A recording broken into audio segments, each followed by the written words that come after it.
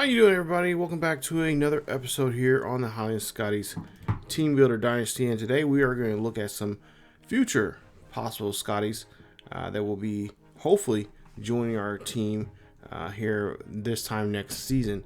Today we're going to look at the first 10 custom prospects that you guys submitted, as well as myself and, of course, my buddy Steve, who also helps out with this series here today. As we're looking at some of the prospects here that you guys submitted, as well as some prospects that we have submitted as well.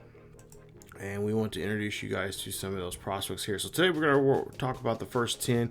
Most of these prospects this season are defensive heavy here. And of course, my job is try to get those prospects to our team. Now, these prospects will be somewhere around 75 overall. We'll try not to go any higher than that, and that's what I say. And of course, you guys already know, if you guys want to be a part of this series, there's an easy way to do it. It's just go to our Discord there, go to our page there on the Discord, and check out the information there as what we need: their name, where they're from, height and weight, and of course the position they want to play. But take a look here. Look at our first one. It is Brent, aka Blue Guthrie. He is 6'3", 265 pounds. He's an offensive tackle from Canada. He's from Toronto, Canada. And he is a guy that's, he's familiar with football because his father played in the CFL. They call him Blue. The reason why they call him that, he's at least called Blue around the house, is that was basically his first word growing up as a kid. And so they called him that ever since then. But his dad has coached him in many of his sports. He's pretty much an all-star, I guess you could say, there in Canada, a Canadian all-star. But yeah, he plays sports. The type of sports he plays are, of course, football, basketball, baseball, and of course hockey, as well as wrestling. His dad's coached him in all his sports growing up, and he feels like he has a really good special relationship with his father when it comes to sports. He is a two-time high school football state championship, or I guess in Canada you would say Providence championship. And his dreams are playing someday here in the States for an American college, and hopefully, maybe at some point, reach the potential what his father was trying to get to, which was trying to play in the NFL. His dad became a very successful NFL defensive player. His dad played linebacker for the CFL and won at least one CFL championship many years ago. But of course, Blue wants to do the same thing as his father. Take a look here at Manny Stavos. So you see he is from Graniteville, Virginia, and he is 6'1", 240 pounds. And this is a very good, very impressive outside linebacker. He has been known in the state of Vermont as the quarterback killer. He is a third-generation American whose father moved from the Southwest, or from Southern California, just about 10 years ago, and decided to move the family to Vermont to have a better life. Both parents were stars in their sports and community college, as well as high school, and they just wanted to give their children a better life. Now, Stavros is fourth of 7 children. There are 4 boys and 3 girls in the family, and all children are great at sports. So they come from a very athletic family. And Manny actually has 2 older brothers who are playing college football, but on the junior college level. He might be possibly the first one to ever be able to play possibly in the NFL. Now, one brother has played in, of course, the short-lived XFL, which is also coming back in here soon. But as well as both brothers have played in the arena football for a couple of years, and been trying to get their dreams to get into the NFL. And Manny, well, by the looks of it, and by what we talked to his family, interviewing him, could be possibly have that chance to play in the NFL someday here. Take a look here. We're taking a look at Michael Westbecker. Now, if you guys don't know and you haven't followed my series, you'll definitely check out the Road to Glory series with Miles Marvel. This is one of Miles Marvel's best friends, Michael Westbecker. He's from Omaha, Nebraska. He is 6'5", 246 pounds. A great defensive, well, he did play some defensive tackle growing up, but the coach seen that he was better off playing the offensive side of the ball, so they wanted him to play tight end. That's exactly what he did. Of course, like I said, he is a friend of the channel here because he is the best friend of Miles Marvel in our Road to Glory series. Everybody go check it out. I'll leave a link up above in the eye, and of course down below in the description. But Michael Westbecker here is a star football player and is even well known for he came 2 years ago, he came close to winning state in his sophomore year in his weight division. So this kid knows how to move around. Of course, there you see his numbers there. And of course, he has some pretty good abilities there when it comes to being a tight end.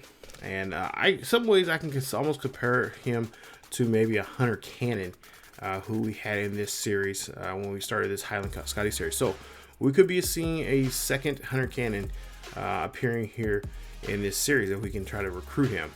Gio Serra also too as well. He was also in that same series, in the Road to Show series there with Miles Marvel, and he's also friends with Miles Marvel as well. 6'2", 181 pounds. He is from Omaha, Nebraska as well. He's a wide receiver for that ball club.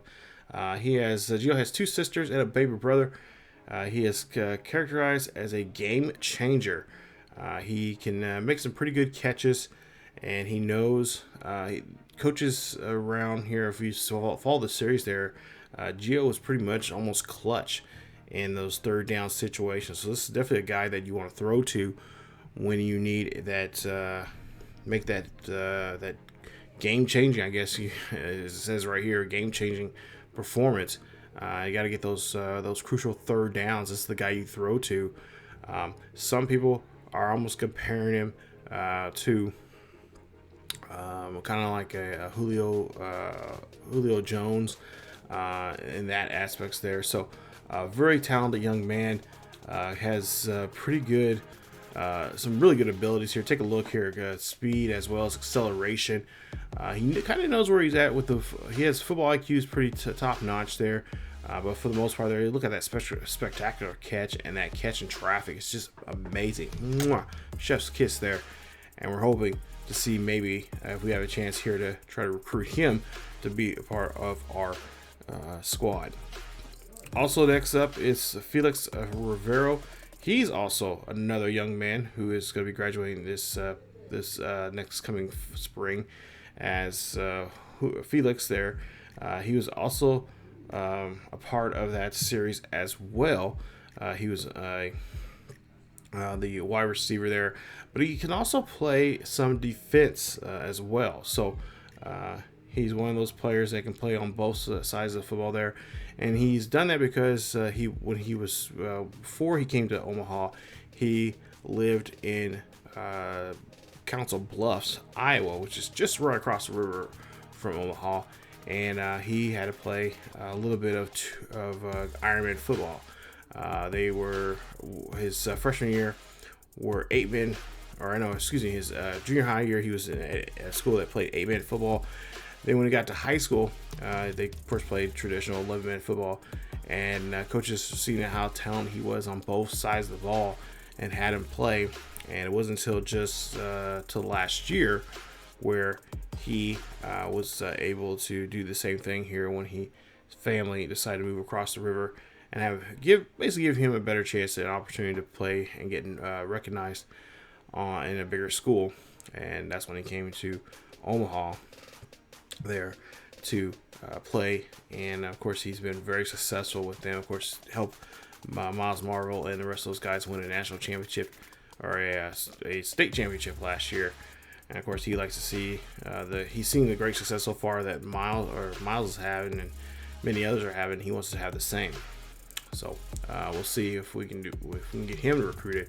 As well as Chris Hassan as well. He was a part of that series with Miles Marvel, and his story is pretty interesting. Like I say, he's a friend of Miles Marvel. Also, he's also good friends with Gio Serra and Michael Westbecker. Chris's parents are both in the military.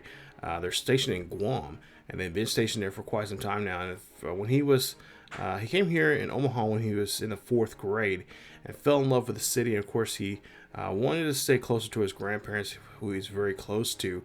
He also told us that his grandfather played for Nebraska Omaha, where he played football there for many years, and of course just recently retired from being a school teacher for over 40 years. And that's he says that's how his grandfather and his father met in that aspects there. And of course, he is a huge fan of the Nebraska Cornhuskers, as he's been gone to many games over the last several years with his grandfather. And hopefully he's hoping that one day he can maybe be recruited by them or another Division I school. But his grandfather was the one who taught him how to play the position in wide receiver. As of course, like I said, his grandfather was a wide receiver himself, and he's going to take that, and hopefully he can take that knowledge and move on to bigger and better things in Division I football. Going now to look at this, another cannon, a Hampton cannon. If you guys don't remember, we had Hunter Cannon in this series. Of course, we had Hudson Cannon. He's in this series as well. He's playing for the University of Florida right now. But the third and final brother of the Cannon brothers are here, and he, by the way, is also a tight end as well. 6'9", he's probably the tallest of the three, and he is weighing in at 245 pounds. He's from Grand Island, Nebraska, just west of Lincoln, of course. And there you see his attributes there. But yeah, he is the youngest brother of the Cannon brothers. Hunter, of course, played for us in the Highland Scotties and went on to the NFL, as well as Hudson. I believe Hudson, this will be his senior year at Florida, and we'll see. We'll try to keep up track of him as well. But he was of course, his brother was a huge star there at Highland, helping us win national championships. Hampton is the tallest of them all. And he has great ability. And some people say he might be just as better, or if not, or greater than his two brothers combined, with his ability, his height ability and stuff. His height, and of course his skills on the field. And we're going to see if we can try to recruit another cannon. Unfortunately, we were not, like I said, unable to snag Hudson towards the end there. As he decided to go to Florida. That was back in season 4 or 5, when he was when we were introduced to him in the series. Next up, here is Bash Strong Nix. He is 6'3", 260 pounds. He's from Caldcrisp, Montana. It's just east of Billings, Montana. Of course, the state capital of Montana. He's a middle linebacker.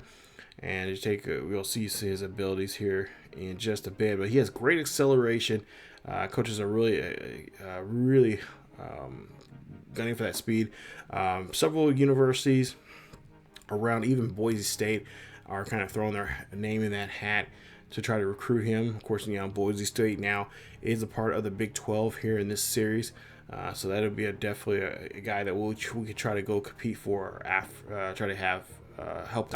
Even though we're not looking for a middle linebacker, but we are looking for some depth. So a lot of these guys, you see here, we may not necessarily go for him, but we could go after him for some depth in the next couple of years. But this is his senior year, and he's really thinking about going to college. Bash is a 4.0 student ever since his 7th grade.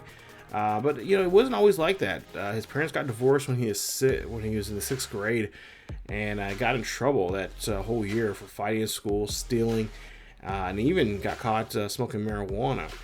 Lucky enough, it wasn't until his grandmother, who he was really close to, was dying from cancer, and she wanted him to make a promise to him about changing his ways, and she wanted to see him go play football and of course being at a Division I school. And unfortunately, she passed away not too long ago, but he says he's going to still keep that promise in his heart and try to do his best to get to it.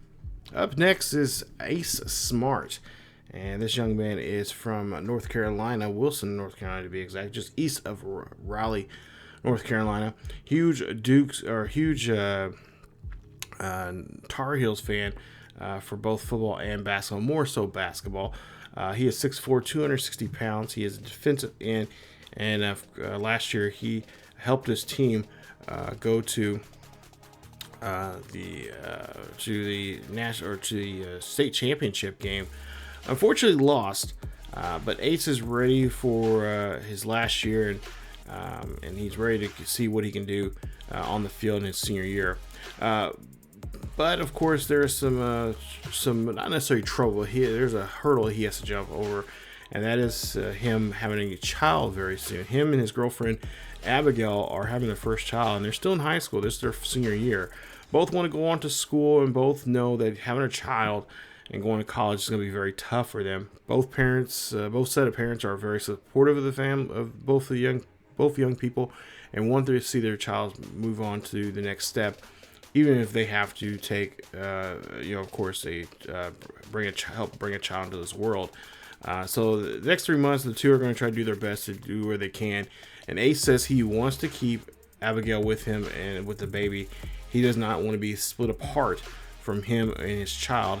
So he's hoping a school on a D1 level will help him with that by helping her get a scholarship and be able to go to school as well. The two are planning to get married as soon as the baby is born. And of course, Ace understands that being a father is not he's not taking it lightly there, and he would like to try to do his best as a father as best he can, and of course do the same thing on the football field. Next up is Israel Perry. He's a defensive tackle from Old Town, Maine. You don't hear too many football players in Maine, but this one is pretty interesting. 6'2", 255 pounds. Of course, if we take a look, there you see his you'll see his stats here in just a bit. Got some pretty good tackling for him, and of course hit power as well. He has excellent finesse and power moves as well, so he's definitely a guy that can get to the quarterback, and especially with that block shake. Man, look out that defensive line or the offensive line there. You guys are going to be in trouble trying to protect any kind of way of protecting your quarterback. But his story is he became a starter in his sophomore year, and he believes that he was a bit of a sickly kid. He's kind of surprised that he's been around this long because he had I'm not going to try my best to say this, but ribosarcoma. It's a cancer that affects the muscle tissue. So he had issues of that, and of course he's been in remission for 10 years now, and he keeps up regular checkups. But his mom and dad say that he's been determined and fighting to get a chance to play in the next level. His father does have some athletic background, as he was a 2-year senior, he was a 2-year player at a junior college, who also played defensive tackle as well. So again, just some brief notes there about the players there, but though you've seen the stats and abilities there, I cannot wait to show you guys more of these players. We'll have part 2 of this video coming up very soon, as we'll show you guys athletes 11 through 20. Like I said, a little brief information. I'll try to leave a note or some kind of I'll leave a Google document page where you guys can read more about them and whatnot. But that's at least what they're about. And of course, you'll see some of their top key abilities, what they're all about. But coming up, like I said, in the next video, we'll have that more of the recruiting board, and of course, we'll start the season very, very soon on the channel.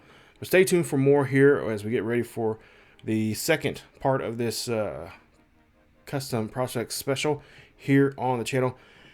Guys, thank you guys so much for watching, and again, thank you for support for the channel and for the series. We'll continue on here. The next video coming up here in the next day or two. As always, keep yourselves healthy. Go Scotty Nation. I'll see you guys next time.